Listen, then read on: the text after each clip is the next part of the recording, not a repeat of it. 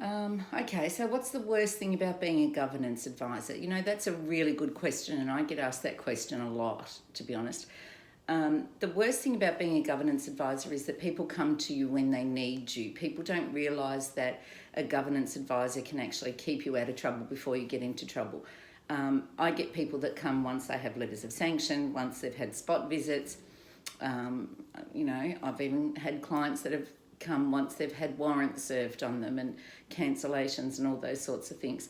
My expertise only goes to a certain point, there's no doubt about that, but with governance, for me, I think the law just simplifies everything, and I think that there's so much information out there and we're told what to do as far as developing programs, as far as monitoring educators, that to bring it back simply to the Act and the regulations, it really gives us clear guidance and direction. So for me, the worst thing is that people don't realise that a governance advisor can keep you out of trouble. A governance advisor can set you on the right path. A governance advisor can identify issues, whereas there's many consultants operating in this space, and we used to say it all the time when I worked with Ella as a governance advisor, that people, once they get into strife, that's when they start looking for, it's the same as, if you're going to get divorced, that's the only time that you look for,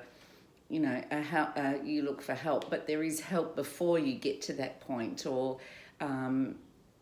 if you end up in financial trouble, there's always help before that. So I kind of think that if people were to engage with a governance advisor, they wouldn't end up with some of the issues that they end up with. So for me, the law just simply makes sense, and I operate like that. Like there's so much information that bringing it back to being really simple and really basic, it kind of gives you your individual benchmark where you should be and what you can do to do that. So everybody operates really differently, obviously.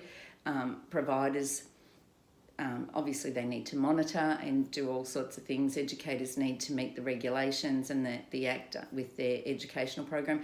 But that can look really different for individuals, and people don't realise that by reading the law, that tells them what they need to do, and they can individualise that for themselves and make their processes and their systems to meet them. So by people engaging me or somebody like me, which, I know that I'm the only governance advisor operating in the family daycare space. So for me, it just makes life really simple. And once we simplify things, then you develop your own style, you can move forward, you can get above that working towards or meeting even. We're seeing many more family daycare services get to that meeting stage, that meeting under the ratings and assessment. So we're seeing more of that. We want family daycare to be recognised for what it is, and family daycare is, in my opinion, the ideal model. I see more love and respect for children